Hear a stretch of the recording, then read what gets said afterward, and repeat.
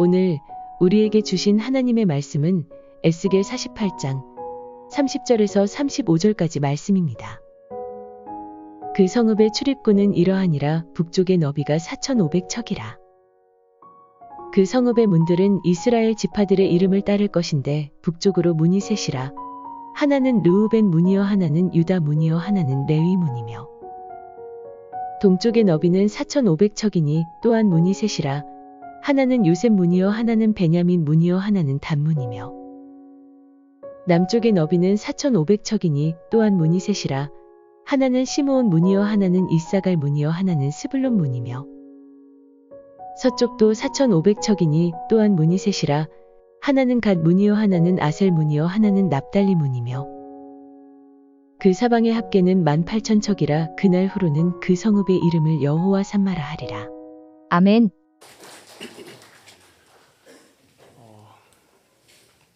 사람이 희망이 없으면 살아가기가 굉장히 힘들죠. 쥐를 가지고 실험을 했는데 쥐를 빛이 한 점도 들어가지 않는 상자에 넣었더니 몇 분을 못 버티고 쥐가 죽었다고 합니다. 그런데 그 상자에 바늘로 구멍을 하나 뚫어줬더니 3일을 버티고 살아 있었다고 합니다. 그러니까 바늘 구멍으로 들어오는 그 미세한 빛이 쥐에게 희망이 된 것이죠. 쥐만 그렇습니까? 사람은 안 그런가요? 어떤 사람이 냉동창고의 회사에 근무하다가 모든 사람이 퇴근한 후에 냉동고에 들어가게 됐는데 잘못해서 실수로 갇히게 됐습니다. 설상가상으로 핸드폰도 잘 되지 않는 거예요. 터지지 않는 겁니다. 그래서 할 수 없이 아침까지 기다려야 되는 상황이 벌어진 게 되었습니다. 다음날 동료들이 그 사람을 발견하고 깜짝 놀랐습니다. 먼저 깜짝 놀란 것은 그 사람이 얼어 죽었기 때문이죠. 그런데 더 놀라운 일은 냉동 창고가 전날에 고장이 나서 그 창고 안은 영상의 온도였다라는 것입니다. 그러니까 영상의 온도에 사람이 얼어서 죽은 것입니다. 희망을 잃어버리면 사람이나 동물이나 절망하면서 자신이 할 수 있는 많은 것들을 포기해버리는 경우들이 많습니다. 오늘 이스라엘 백성은 포로로 끌려갔습니다. 그들에게는 아무런 희망이 없었습니다. 나라는 망했고 자신은 포로로 끌려오고 그리고 자기 나라의 말도 문화도 자신의 자녀들은 잃어가고 있고 그리고 많은 이스라엘 사람들이 바벨론의 신을 섬기면서 자신의 민족의 정체성을 잃어가고 있습니다. 실제로 포로 귀환할 때 돌아온 사람보다 돌아오지 않는 사람이 훨씬 더 많이 있었습니다. 그런 희망이 없는 이스라엘 백성에게 하나님은 에스겔을 통해서 심판을 말씀하시고 회복을 말씀하십니다. 에스겔서는요 두 부분으로 나뉩니다. 1장부터 32장까지 이스라엘과 예루살렘의 성의 몰락을 그리고 있고 33장에서 48장까지는 이스라엘의 회복을 그리고 있습니다. 함락의 결정적인 그리고 이스라엘 성이 완전히 무너져 함락되었다라는 결정적인 이야기가 에스겔 33장 21절에 기록되어 있습니다. 우리가 사로잡힌 지 12째 해 10째 달 5째 날에 예루살렘에서부터 도망하여 온 자가 내게 나와 말하기를 그 성이 함락되었다 하였는데 12째 해 10째 달 5째 날에 예루살렘 성은 함락되었습니다. 그렇게 절망이 선포되어지는 그 상황 가운데 하나님은 에스겔서 36장 33절 말씀에 이렇게 회복을 바라보게 하십니다. 주 여호와께서 이와 같이 말씀하셨느니라. 내가 너희를 모든 죄악에서 정결하게 하는 날에 성읍들에 사람들이 거주하게 하며 황폐한 것이 건축되게 할 것인즉. 그리고 오늘 본문의 말씀은 에스겔서 제일 마지막 부분이죠. 하나님은 에스겔을 통하여 이스라엘 회복을 말씀하시며 예루살렘 성을 회복시키시겠다고 말씀하십니다. 그리고 35절 말씀에 예루살렘 성의 이름을 뭐라 그러죠? 여호와 삼마, 여호와 삼마. 우리나라 말로 이야기하면 거기에 계시는 하나님이라는 말입니다. 여호와 삼마, 바로 거기에 계시는 하나님이라는 이름을 통해서 오늘 우리에게 무엇을 말씀하길 원하실까요? 모든 게 무너져버린 이스라엘 백성의 그 예루살렘 성을 세워놓고 하나님께서 그 성의 이름을 굳이 여호와 삼마라고 지으신 이유가 뭘까요? 오늘 우리에게 뭐라고 선포하십니까? 여호와 삼마, 거기 계신 하나님이라고 말씀하십니다. 예루살렘 성을 바라보면서 여호와 삼마, 거기 계신 하나님, 우리를 바라보면서 여호와 삼마, 거기 계신 하나님, 우리의 삶의 현장을 바라보면서도 하나님께서 여호와 삼마, 거기 계신 하나님에 대해서 우리에게 말씀하십니다. 하나님은 어디 계시나요? 어떤 시간에 어디에서 만날 수 있나요? 놀랍게도요, 하나님은요, 우리의 과거 가운데서 우리와 함께 하셨습니다. 이스라엘 백성이 70년 포로 생활에 그 사람들은 버려진 존재였습니다. 당시 전쟁을 하면요, 전쟁에서 이긴 나라가요, 진 나라의 신전에 들어가서 신전을 다, 신상들을, 그리고 그 기구들을 다 끄집어내서 때려 부숩니다. 그리고 그 전쟁이 끝났음을 선포하죠. 너희 신은 우리 신에게 죽었다. 더 이상 너희 신은 살아있지 않으니 이제는 우리 신을 섬겨라. 그러면 다른 신상을 섬기기 시작하고 그 민족의 정체성이 희미해지기 시작합니다. 이스라엘 백성은 처절한 절망 가운데 자신의 정체성을 잃어가고 있습니다. 세월이 지나 이제 하나님께서 그들을 다시 회복시키시겠다 하신, 약속하신 70년이 지나서 그들에게 회복을 선지자들이 말하고 있습니다. 에스겔도 그 사람들 중에 하나죠. 그런데 그때 회복시키겠다고 말하시는 그때 이스라엘 백성이 뭐라고 이야기할 것 같습니까? 하나님, 그때는 어디 계셨어요? 하나님, 우리가 처참하게 짐승처럼 끌려올 때는 어디 계셨고, 우리가 울부짖을 때는 어디 계셨습니까? 우리가 아픔에 신음하고 이 바벨론 사람들, 페르시아 사람들한테 처참하게 짓밟힐 때는 하나님 어디 계셨나요? 그런데 이제 와서 우리를 회복하신다고 말씀하시는 그 하나님, 그때는 어디 계셨냐라고 묻지 않겠습니까? 처참하게 무너진, 그런데 하나님은요, 여호와 삼마라고 말씀하십니다. 그때 어디 계셨다고요? 거기에 계셨다고요. 새로워진 예루살렘 성에 계신 하나님만을 의미하는 게 아닙니다. 포로 가운데 끌려와서 고통과 아픔을 겪었던 그 자리에 하나님이 함께 계셨다고요. 생각해 보십시오.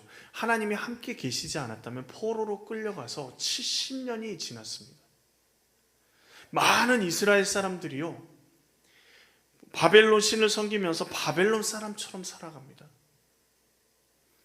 그런데 어떻게 70년이 지난 그 후에 다시 아무것도 없는 가나안 땅으로 돌아올 수 있는 그 길이 열렸을까요? 이스라엘 백성이 똑똑해서 그렇습니까?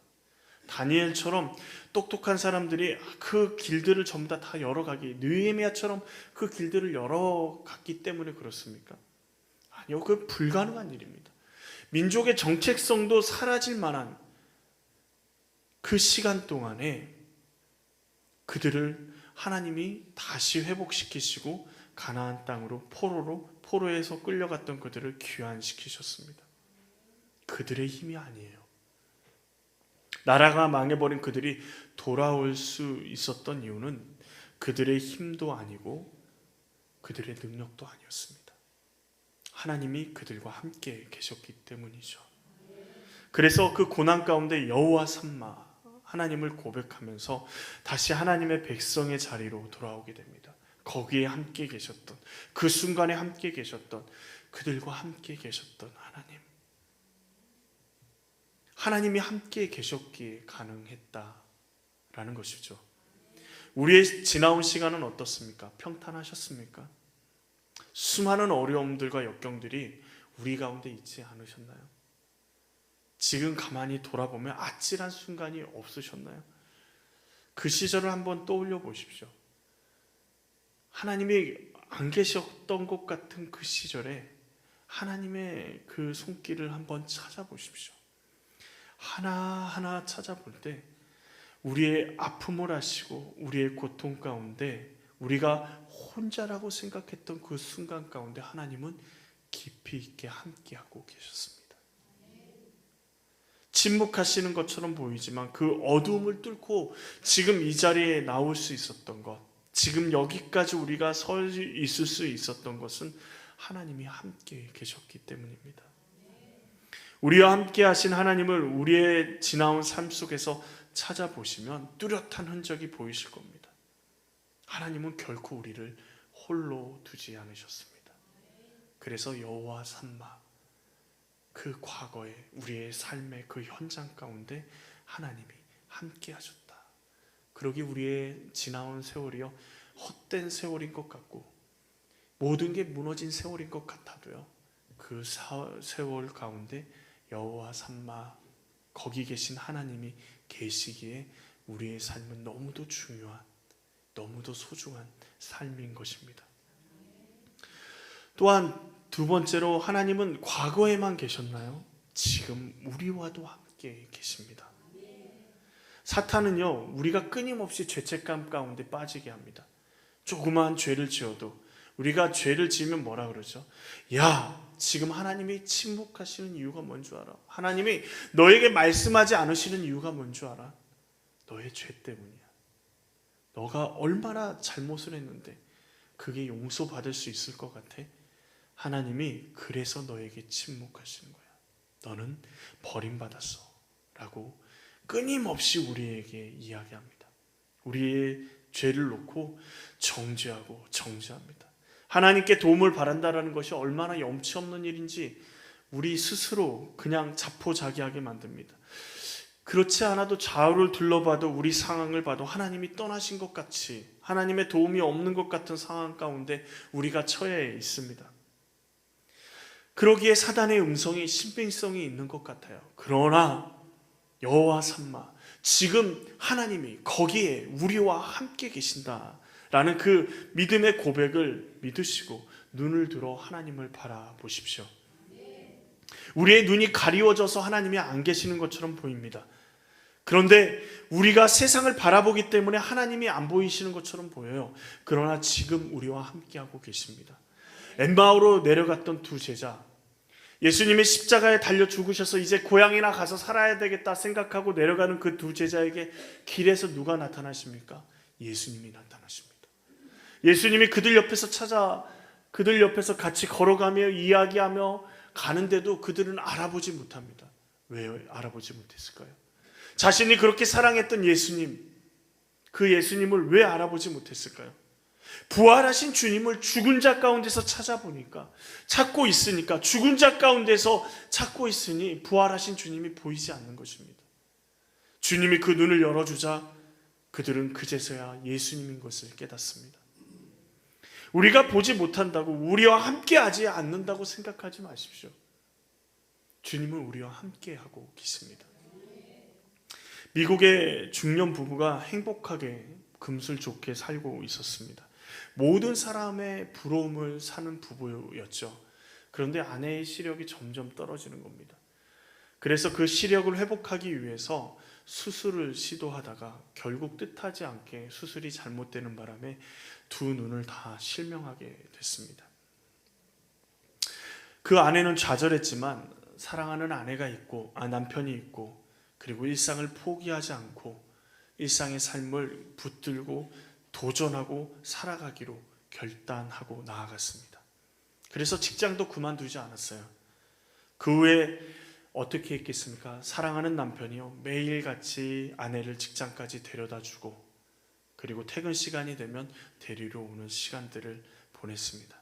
그러다 어느 날 남편이 아내에게 당신의 직장보다 너 더 먼 곳으로 우리의 직장이 옮겨지게 됐으니까 내일부터는 당신 혼자 출근했으면 좋겠다 라고 이야기를 하는 겁니다.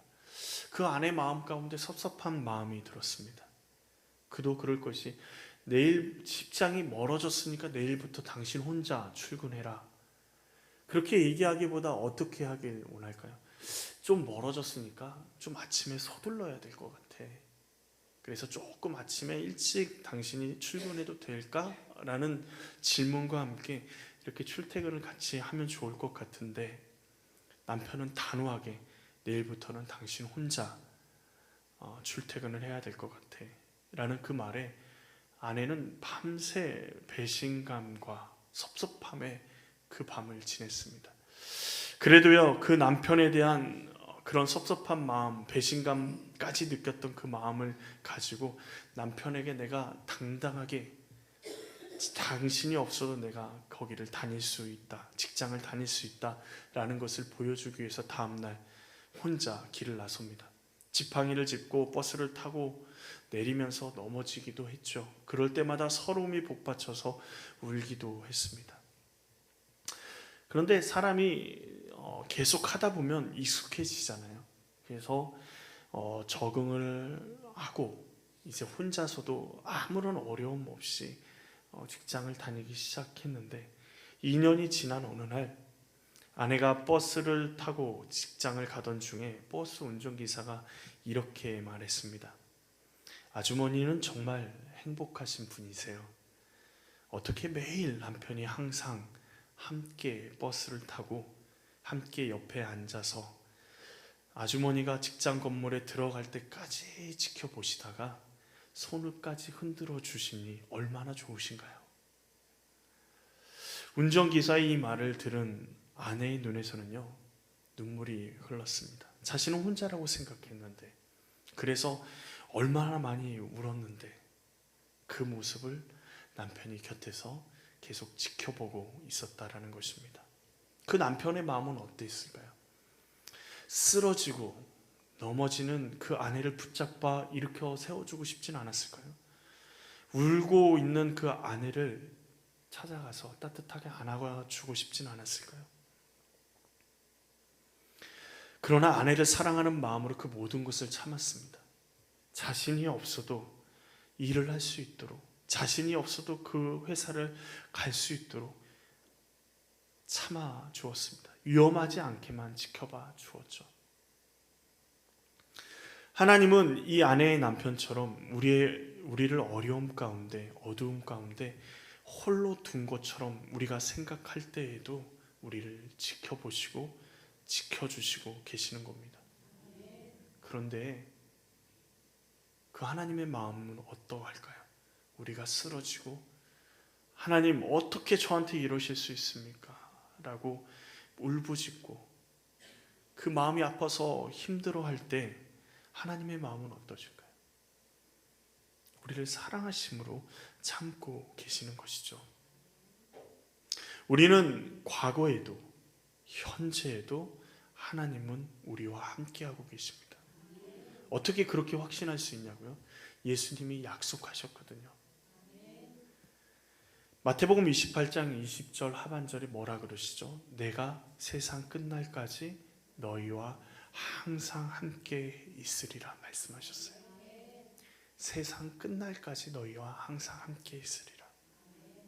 우리의 인생에 우리 모두가 떠나고 혼자 남겨진 것 같은 그 순간에도 하나님은 우리 곁에, 아니 우리와 함께 계십니다.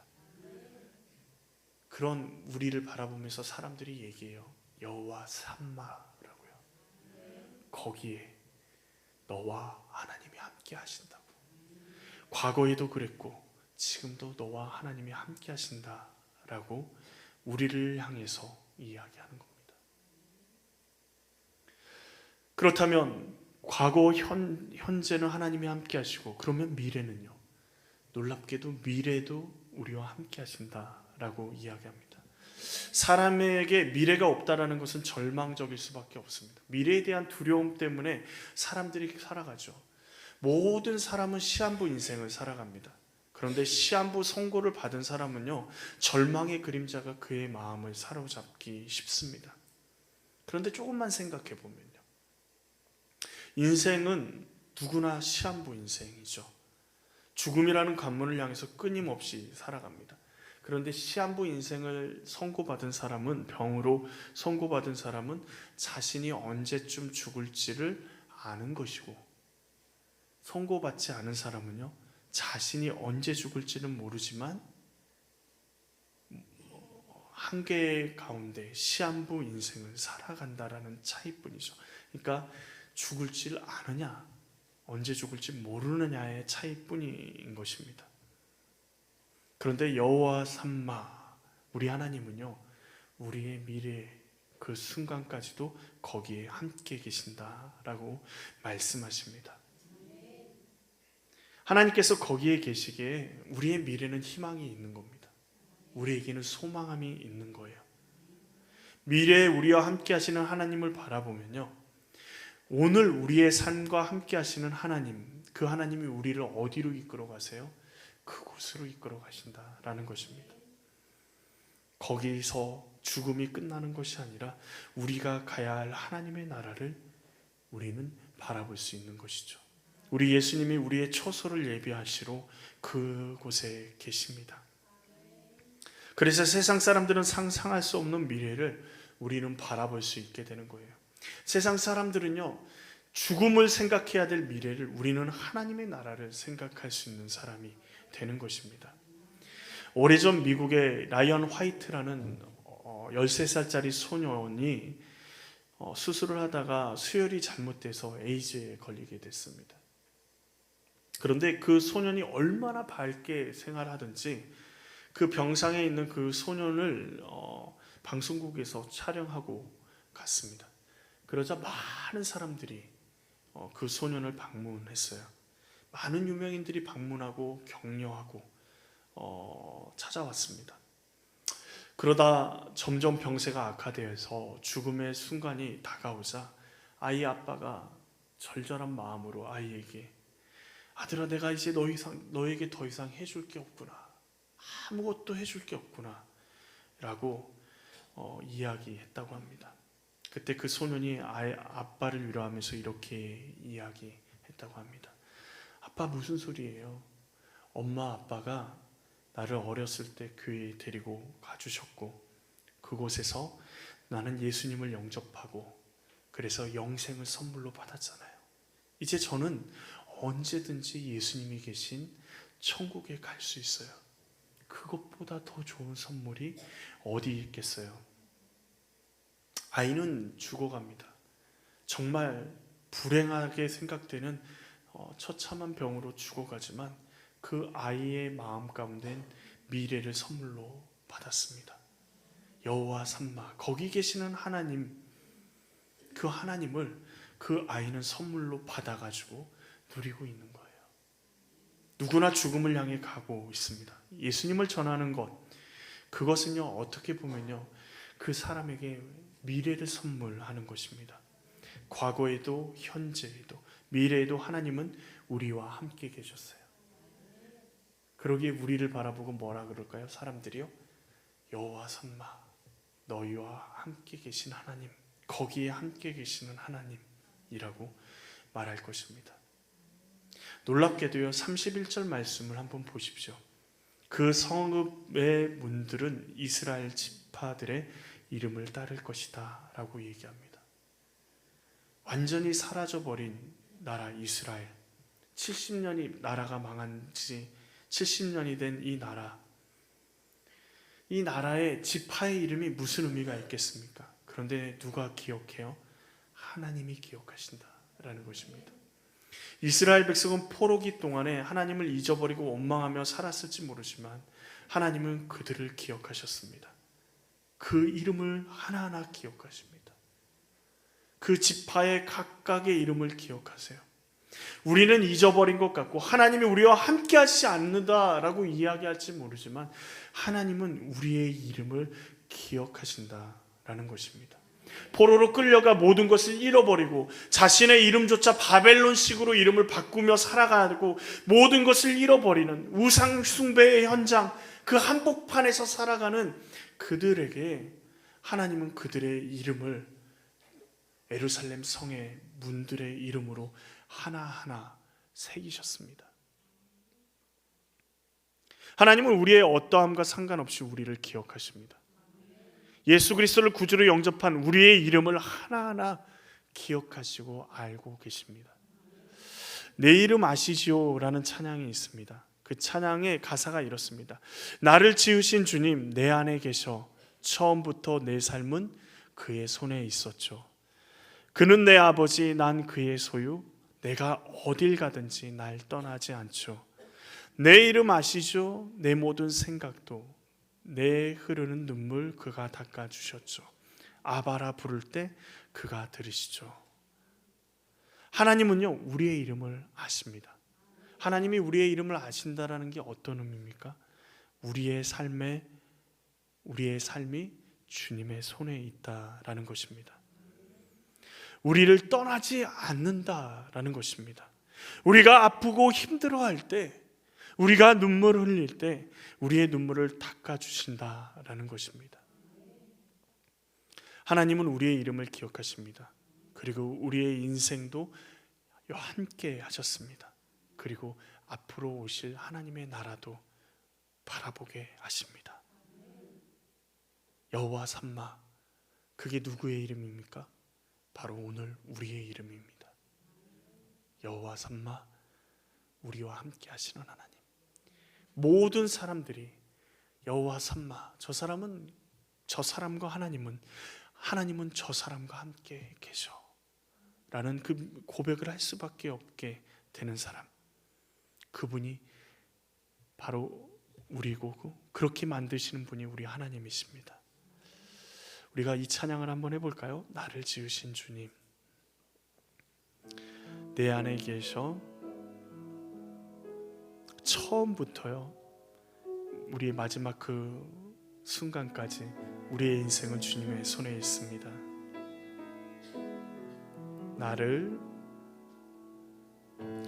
나를 지으신 주님 내 안에 계셔 처음부터 내 삶은 그의 손에 있었죠. 그는 내 아버지 그는 내 아버지 난 그의 소유 내가 어딜 가든지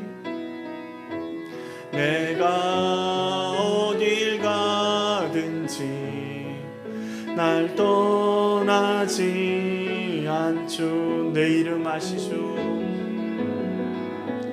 내 이름 아시죠? 내 모든 생각도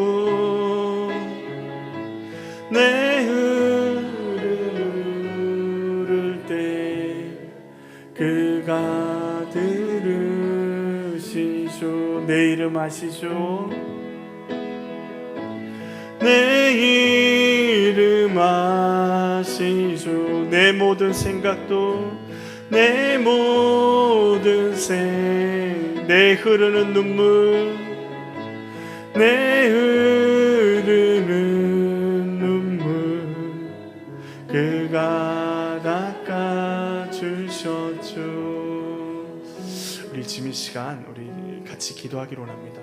여호와 삼마 우리와 함께 계시는 하나님, 사람들이 보기에 저 사람은 하나님과 함께 계셔, 저 사람의 중심에는 하나님이 함께 계셔 라고 하는 그 인생이 우리가 되기로 합니다. 하나님, 우리의 인생 가운데 하나님이 함께 하심을 보여주시옵소서. 우리를 지으신 분이 주님이시고 과거에도 우리와 함께 하셨고 미래에도 우리와 함께 하시고 지금 이 순간에도 우리와 함께 하시는 그 주님을 우리가 온전히 경험하고 온전히 주님과 함께 살아가길 원한다고 우리 믿음의 고백을 하며 주님 앞에 기도하며 나아가길 원합니다. 같이 기도하시겠습니다. 하나님 아버지, 그렇습니다. 주님, 우리를 지으신 주님 앞에 나아갑니다. 처음부터 우리의 삶은 주님 손에 있었습니다. 우리의 삶에 지나온 모든 흔적들이 주님의 흔적이고 주님과 동행했던 흔적임을 믿습니다. 하나님, 지금 이 순간에도 주님과 함께함을 믿습니다. 하나님, 우리의 앞으로 나아갈 길도 주님과 함께 동행할 것을 믿습니다. 여호와 삼마, 거기에 계시는 하나님, 성현이와 함께 계시는 하나님, 우리 복음사랑교회와 함께 계시는 그 하나님을 우리가 온전히 경험하기를 원합니다. 주님, 우리 가운데 함께하여 주시고 우리 가운데 주님의 놀라운 역사하심들을 부어주시옵소서. 주님의 놀라운 은혜가 우리 가운데 흘러넘치기를 원합니다. 하나님 아버지, 주님 붙들어 주시옵소서. 아버지의 마음을 가지고 주님 앞에 나아갑니다. 주님,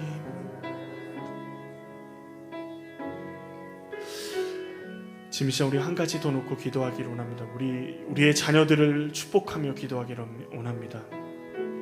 하나님, 우리와 함께 하셨던 그 하나님이 여호와 삼마 우리의 자녀들과 함께 하실 줄 믿습니다. 우리의 자녀들과 함께 거하시는 하나님, 거기에 함께 하시는 하나님, 우리의 자녀의 이름을 불러가며 하나님 그들의 인생 가운데 함께 해주시고 인생을 주관하여 주시고 우리와 함께 하셨던 그 하나님이 우리의 자녀들의 삶 가운데도 함께 하시기를 위해 우리 같이 기도하며 나아가기를 원합니다. 같이 기도하시겠습니다. 하나님 아버지, 우리의 자녀들을 아버지 주님 손에 올려드립니다. 하나님, 우리와 함께 하셨고 여기까지 인도하신 그 주님을 아버지 주님 앞에 나아갑니다. 하나님 아버지, 우리와 함께 하셨던 하나님, 우리의 자녀들 가운데 함께 하실 줄 믿습니다. 여호와 삼마, 거기에 함께 하시는 하나님의 그 은혜를 아버지 우리가 온전히 누리며 살아가기로 합니다. 우리의 자녀들 또한 그 은혜를 누리며 살아가게 하여 주시옵소서. 여호와 삼마, 그들과 함께 하시는 하나님이라는 고백이 우리의 자녀들의 삶을 통해서 하나님이 고백되어지게 하시고 예수 그리스도가 고백되어지게 하여 주시옵소서. 주님 함께 해주시옵소서. 은혜가 풍성하신 하나님 아버지, 우리를 아시는 그 주님 앞에 우리와 늘 언제나 함께 하셨던, 그리고 함께 하시고 함께 하실 그 주님 앞에 나아갑니다. 우리의 이름을 아신다는 주님, 우리의 삶이 주님의 손에 있음을 믿습니다. 처음부터 마지막까지 우리의 삶이 주님의 손 안에 있습니다. 주님, 우리를 붙들어 주시고 많은 사람들이 우리를 바라보며 여호와 삼마, 그와 하나님이 함께 계셨다라는 고백이 터져 나올 수 있는 주님과 동행하는 삶이 되게 하여 주시옵소서. 우리의 삶으로 그 삶이 끝나는 것이 아니라 우리의 자녀들의 삶 가운데 하나님의 놀라운 믿음의 고백들이 터져 나오게 하여 주시옵소서. 주님 붙잡아 주시고 주님의 권능의 팔로 안아 주시옵소서. 우리의 삶을 온전히 주님 손에 올려드립니다. 예수님의 이름으로 기도합니다. 아멘. 이제는 우리 구주 예수 그리스도의 은혜와 아버지 하나님의 그 크신 사랑과 성령님의 교통하심이 우리의 과거와 현재와 미래를 주님과 함께 동행하며 주님의 뜻대로 살아가기로 다짐하며 여호와 삼마, 우리와 함께 하시는 그 하나님을 온전히 믿으며 살아가기로 결단하는, 그리고 우리의 자녀들 또한 주님과 함께 동행하며 살아가기로 원하는 그 마음의 소원들 가운데 그 삶의 터전들 위해, 그 인생들 위해 이제로부터 영원토록 함께 하시기를 간절히 축원하옵나이다. 아멘.